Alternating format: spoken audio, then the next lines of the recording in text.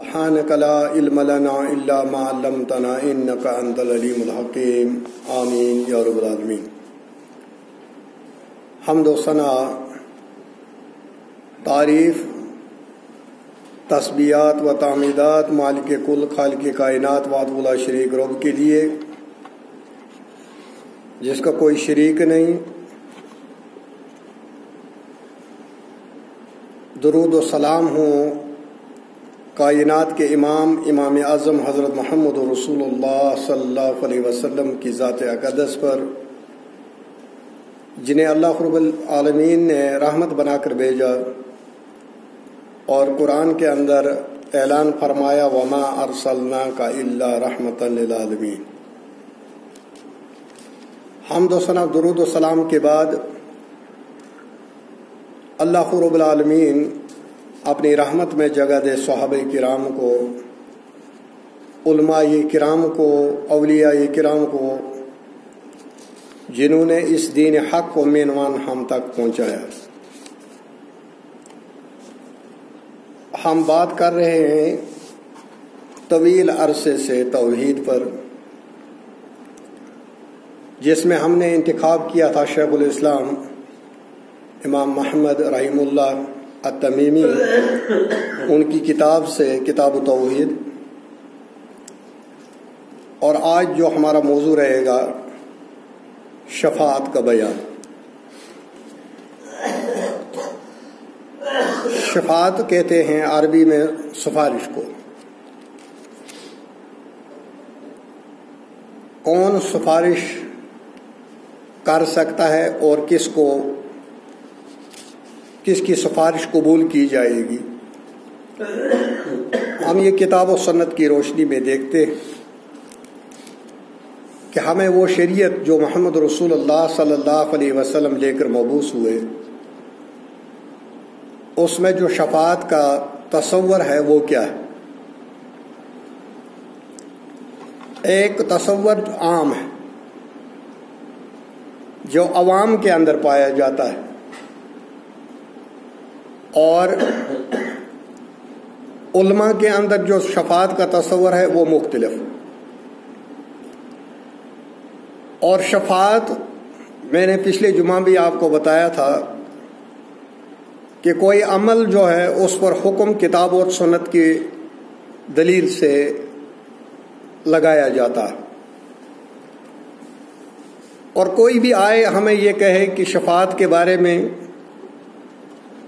اور شفاعت جو ہے یہ شریعت کا ایک حصہ ہے اور مسلمانوں کو اس پر ایمان ہے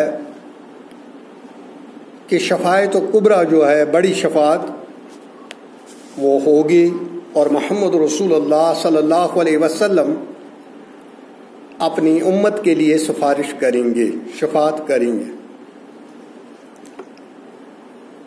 لیکن جو عوام کے اندر تصور پایا جاتا ہے، مجھے کیا پریشانی ہے، فلانی پیر صاحب ہیں میری سفارش کریں گے، میری شفاعت کریں گے، تو یہ بغیر دلیل ہے۔ ہم اس شفاعت پر یقین رکھتے ہیں اور ایمان رکھتے ہیں جس شفاعت کے لیے کتاب و سنت میں دلائل موجود ہیں، اور وہ یقینی شفاعت ہے۔ وہ شفاعت جو ہے شفاعت الکبریٰ، وہ تب ہوگی جب اللہ رب العالمین جس کو اجازت دے وہی سفارش کرے گا، شفاعت کرے گا۔ اللہ رب العالمین نے سورہ الانعام میں فرمایا وَأَنذِرْ بِهِ الَّذِينَ يَخَافُونَ، اے محمد صلی اللہ علیہ وسلم آپ اس قرآن کے ذریعے ان لوگوں کو نصیحت کرے جو اس بات سے ڈرتے ہیں کہ اپنے رب کے سامنے اس حال میں پیش کیے جائیں کہ ان کا اللہ اس کے سوا کوئی مددگار یا سفارشی نہ ہو، شاید کہ یہ لوگ ڈر جائیں۔ اس آیت کے اندر اللہ رب العالمین محمد رسول اللہ صلی اللہ علیہ وسلم کو حکم دے رہے ہیں آپ اس قرآن کے ذریعے ان کو ڈرائیے، آپ اس قرآن کے ذریعے جو ہے ان کو نصیحت کیجیے، جو اس بات سے ڈرتے ہیں کہ اپنے رب کے سامنے اس حال میں پیش کیے جائیں کہ ان کا اللہ کے سوا کوئی مددگار نہیں ہوگا، یعنی اللہ کے سوا کوئی مددگار نہیں، کوئی سفارش نہیں۔ اللہ رب العالمین نے سورہ زمر کے اندر فرمایا قُلْ لِلَّهِ شَفَاعَهُ جَمِيعًا، اے محمد صلی اللہ علیہ وسلم کہہ دیجئے کہ ہر قسم کی شفاعت اللہ کے اختیار میں، کوئی بھی شفاعت اللہ کے اختیار سے باہر، جو بھی شفاعت ہوگی، جو بھی سفارش ہوگی، وہ اللہ کے اختیار میں، اور اللہ جسے چاہے شفاعت کے لیے اس کی سفارش سنے، یہ اللہ کی مرضی ہے کس کی شفاعت وہ قبول کرے۔ اللہ رب العالمین نے سورہ بقرہ کے اندر فرمایا، جو ہم بار بار پڑھتے ہیں، آیت الکرسی، من ذا الذی یشفع عنده الا باذنہ، کون ہے جو اس کے حضور اس کی اجازت کے بغیر سفارش کر سکے۔ 5 نمازوں میں نماز کے بعد کوئی اختلاف نہیں، جتنے بھی فرقے ہیں مسلمانوں کے اندر نماز کے بعد آیت الکرسی پڑھتے، اور ہر نماز کے بعد یہ اعلان کرتے ہیں کون ہے جو اللہ کے حضور میں اللہ کی اجازت کے بغیر سفارش کر سکتا ہے۔ لیکن اس کے بعد بھی ایسے نظریات ہیں، پیر صاحب کرے گا، ان کا دامن پکڑ کر مچل جائیں گے، تو یہ جو ہے اللہ رب العالمین کے ساتھ 5 بار نماز کے بعد، فرائض کے بعد یہ عہد کرتا، اعلان کرتا ہے، چاہے مولوی صاحب ہو یا مقتدی ہو، بچہ نماز پڑھ رہا ہو یا بڑا پڑھ رہا ہو، خاتون نماز پڑھ رہی ہو یا چھوٹی بچی پڑھ رہی ہو، تو آیت الکرسی تو وہ پڑھتی ہے اور اعلان کرتی ہے، اور یہ کہتی ہے کون ہے جو اللہ کے ہاں سفارش کرے اللہ کی اجازت کے بغیر۔ اور اس کے بعد اللہ رب العالمین نے سورہ نجم کے اندر فرمایا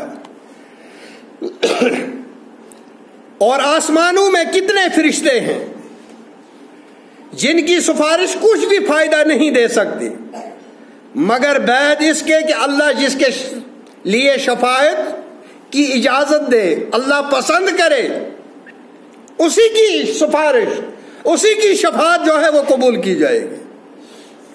صرف میں ترجمہ بتا رہا ہوں، اس کے بعد ہم تفصیل کے ساتھ اس پر بات کریں گے۔ اللہ رب العالمین نے سورہ سبا کے اندر فرمایا، اے محمد صلی اللہ علیہ وسلم ان مشرکین سے کہہ دیجئے، مشرکوں سے کہہ دیجئے، اللہ کے سوا جن کو تم معبود سمجھتے ہو، اپنا خدا سمجھتے ہو، انہیں پکار کر دیکھو، وہ آسمانوں اور زمین میں ایک ذرہ کے بھی مالک نہیں ہے۔ ذرہ وہ چیز ہوتی ہے جس کو سائنسی تعلیم میں اس کو ایٹم کہا جاتا ہے، اس کو خوردبین سے دیکھا جا سکتا ہے اور آنکھوں سے وہ دکھائی نہیں دیتا، یعنی وہ اس طرح سے چیز کے بھی مالک نہیں، جس طرح سے دوسرے مقام پر اللہ رب العالمین نے کھجور کی گٹلی کے اوپر جو چھلکا ہوتا ہے جس کو قطمیر کہتے ہیں کہ اس کے برابر بھی ان کو اختیار نہیں، زمین اور آسمان میں پورے کائنات کے اندر اگر اختیار ہے وہ اللہ کا اختیار ہے، اللہ کے علاوہ کسی کو اس نے اختیار اپنا نہیں دیا۔ اور زمین و آسمان کی ملکیت یا ان کی تخلیق میں ان کا کوئی حصہ ہے؟ ان سے پوچھئے، ان کا کوئی حصہ نہیں، اور نہ ان میں سے کوئی اللہ کا مددگار ہے، اور اللہ کے حضور کسی کے لیے کوئی سفارش مفید نہیں ہوگی، کسی کی سفارش۔ اللہ کے حضور، مگر اس کے لیے جس کے بارے میں سفارش کی وہ اجازت بخشے۔ کون؟ اللہ۔ اللہ جس کو اجازت دے گا سفارش کے لیے وہی سفارش کر سکتا ہے، اور کسی کے لیے یہ اختیار نہیں ہے کہ وہ اپنی طرف سے سفارش کرنا شروع کر دے، نہیں۔ ایک بار ایسا ہوا، ایک آدمی نے کہا ان کا دامن پکڑ کے مچل جائیں گے۔ میں نے اس سے کہا میرے بھائی، نبی کائنات صلی اللہ علیہ وسلم نے فرمایا کل محشر کے میدان میں سارے پوری کائنات کے لوگ کپڑوں کے بغیر ننگ مننگے ہوں گے، حشر کے میدان میں ہوں گے، وہاں پر تو دامن ہوگا ہی نہیں ہے، ان کا دامن پکڑ کر مچل جائیں گے۔ جب دامن ہی نہیں ہے تو کیا پکڑو گے؟ حضرت عائشہ صدیقہ رضی اللہ تعالی ہماری ماں، انہوں نے عرض کیا یا رسول اللہ صلی اللہ علیہ وسلم، کیا سب کپڑوں کے بغیر ہوں گے؟ فرمایا ہاں۔ فرمایا کیا ایک دوسرے سے شرمائیں گے نہیں؟ بولا اس وقت نفسی نفسی کا عالم ہوگا، کسی کے ذہن میں بھی ایسا تصور ہی نہیں آئے گا، ایسا عالم ہوگا۔ 50,000 سال کا دن، اور جو سورج کروڑوں میل ہمارے دور بیٹھا ہوا ہے، پھر گرمی لگتی ہے ہمیں، کبھی پنکھا چلا لیتے ہیں، کبھی کولر لگا لیتے ہیں، کبھی اے سی لگا لیتے ہیں، لیکن یہ 7 نیزوں پر ہوگا، بالکل قریب۔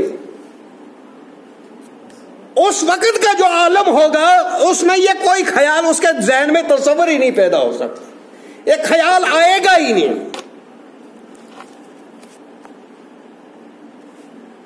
تو اللہ کی اجازت کے بغیر کوئی سفارش نہیں کر سکتا۔ اللہ رب العالمین نے سورہ انبیاء کے اندر فرمایا، اور وہ کسی کی سفارش نہیں کر سکتے بغیر اس کے جس سے اللہ راضی ہو، یعنی جس کو اللہ راضی ہو گیا وہ سفارش کر سکتا ہے، جس کو اللہ اجازت دے۔ محمد رسول اللہ صلی اللہ علیہ وسلم نے اپنے خاندان کے لوگوں کو بلایا، چچا کو آواز لگائی، پھوپھی صفیہ کو آواز لگائی، اے میرے خاندان کے لوگوں، اے چچا، میں آپ کو قیامت میں کوئی فائدہ نہیں دے سکتا، اعمال کر لو۔ محمد رسول اللہ صلی اللہ علیہ وسلم، اے میری پھوپھی صفیہ، دنیا میں اعمال کر لو، کل میں آپ کو آخرت میں نہیں بچا سکتا، اگر اعمال کیے ہوں گے تب میں سفارش کروں گا۔ اس کا مطلب یہ ہے، اتنا ہی نہیں، اے فاطمہ میری بیٹی، میری دولت سے، میری جائیداد سے آج مانگ لے، کیا مانگتی ہے میں دے سکتا ہوں، کل اعمال لے کر آخرت میں آنا۔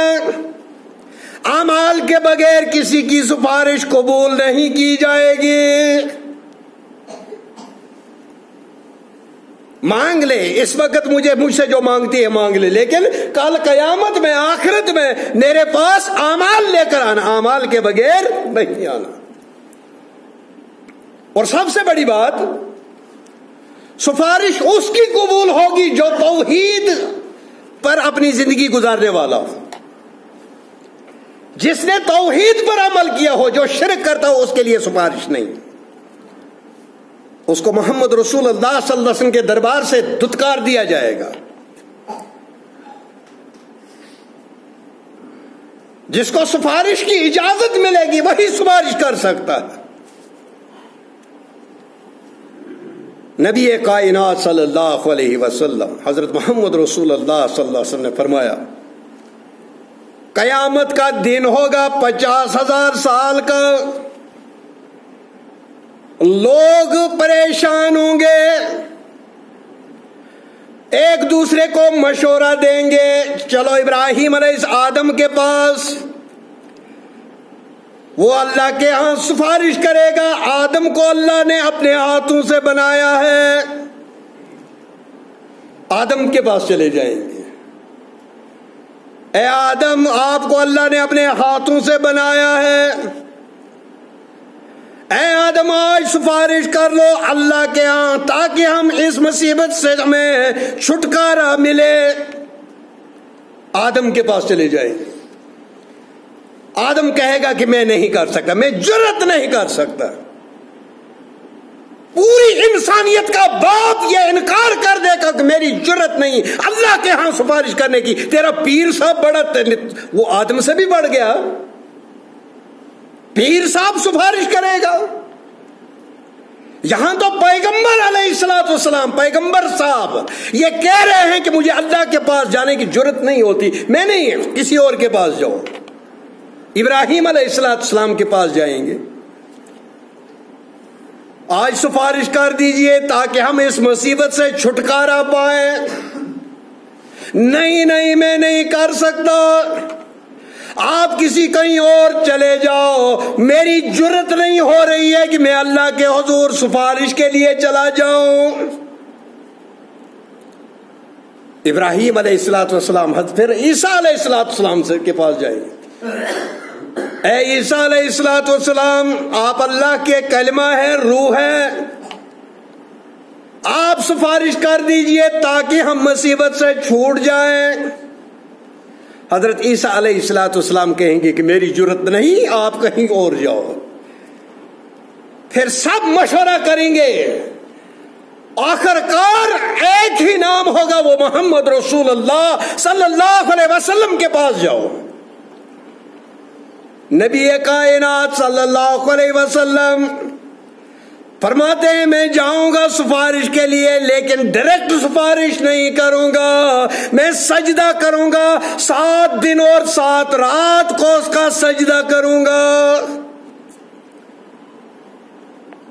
7 دن اور 7 رات کا سجدہ میرے اور آپ کے پیغمبر حضرت محمد رسول اللہ صلی اللہ علیہ وسلم آخرت میں اللہ کے حضور سجدہ کریں گے, 7 دن اور 7 رات کے برابر سجدہ کریں گے.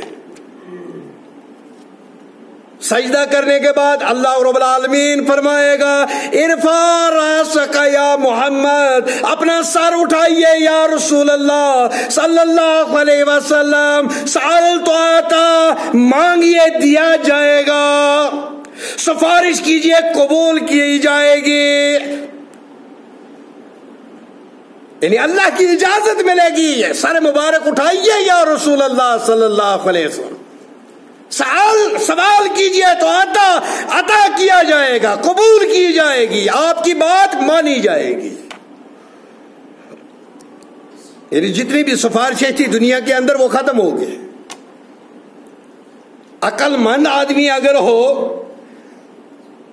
محمد رسول اللہ صلی اللہ علیہ وسلم کی اس ایک حدیث سے پورا سبق حاصل کرے گا. کافی ہے اتنا, عقیدہ بھی سدھر جائے گا, عقیدہ بھی درست ہو جائے گا, اور زندگی بھی درست ہو جائے گی, اور آخرت بھی درست ہو جائے گی. محمد رسول اللہ صلی اللہ علیہ وسلم کی سفارش کے لیے وہ سجدہ کریں, 7 دن اور 7 رات کا سجدہ کریں, تو اور تیرا پیر صاحب تو بغیر کسی سفارش کے سفارش کرے. عجیب مسئلہ ہے. امام الانبیاء محمد رسول اللہ صلی اللہ علیہ وسلم فرماتے ہیں میں ڈائریکٹ سفارش نہیں کروں گا بلکہ سجدے میں گر جاؤں گا. اور سجدہ یہ نہیں ہے جو ہم 3 بار سبحان ربی الاعلیٰ کہتے ہیں تو اور چوتھی بار اگر کہنا پڑے تو وہ موت آ جاتی ہے. ہمارے سجدے بھی اتنے جلدی ہو جاتے ہیں سمجھ ہی نہیں آتا. کیا ایسی نماز اللہ کو پسند ہے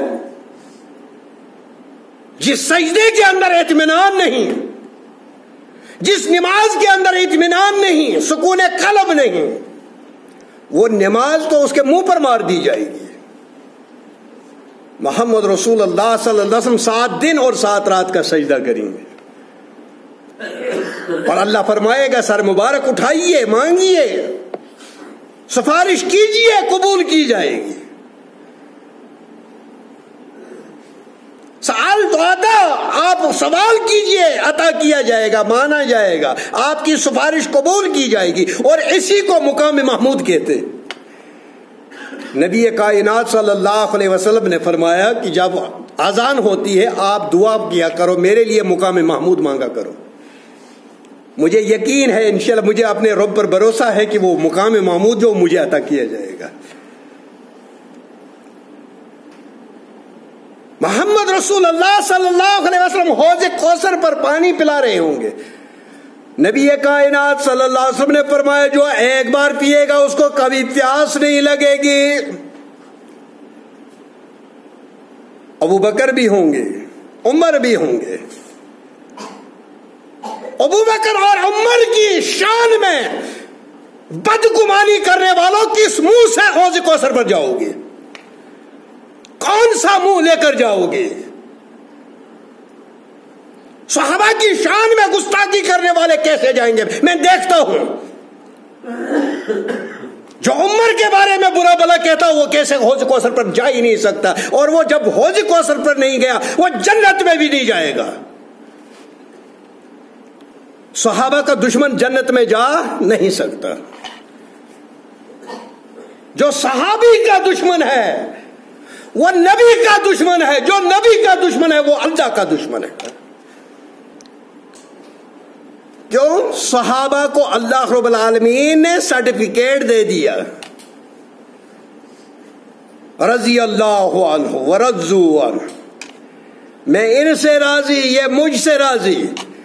گویا جو صحابہ پر تنقید کرتا ہے، جو صحابہ پر انگلی اٹھاتا ہے، وہ یہ اعلان کرتا ہے کہ نعوذ باللہ اللہ سے غلطی ہوئی ہے۔ جو صحابی پر انگلی اٹھاتا ہے وہ نعوذ باللہ یہ دعویٰ کر رہا ہے اپنے عمل سے، اپنی زبان سے، اپنے قول سے، اپنے فعل سے کہ اللہ سے نعوذ باللہ من غضب اللہ غلطی ہوئی ہے۔ جب اللہ نے ان کو رضاعت کی سرٹیفکیٹ دی تو 1400 سال کے بعد آج نیا نمونہ پیدا ہوا۔ تو جیسے نمونوں کی اللہ کے ہاں ضرورت نہیں، اللہ کے ہاں ضرورت ہے جن کو صحابہ جیسا ایمان ہو۔ اللہ رب العالمین کو وہ لوگ پسند ہے جو صحابہ سے محبت کرتے ہیں۔ یہ دین ہمیں ملا، صحابہ کی بدولت ملا۔ صحابہ نے اس کو حفظ کیا، یاد کیا، سیکھا اور آگے سکھایا، تابعین کو سکھایا۔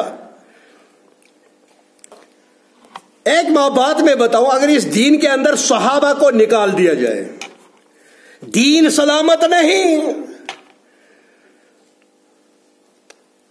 اسلام کی عمارت جو ہے دڑام سے گر جائے گی اگر صحابہ باہر نکال دو۔ ارے یہ تو پہلی پوڑی ہے، دین کو حاصل کرنے کی پہلی پوڑی صحابہ کی ہے۔ اس کو پہلے سیکھنے والے صحابہ ہیں۔ اگر صحابی نہیں تو دین بھی نہیں، ہم بھی نہیں۔ نبی کائنات صلی اللہ علیہ وسلم نے فرمایا جو ایک بار پانی پیے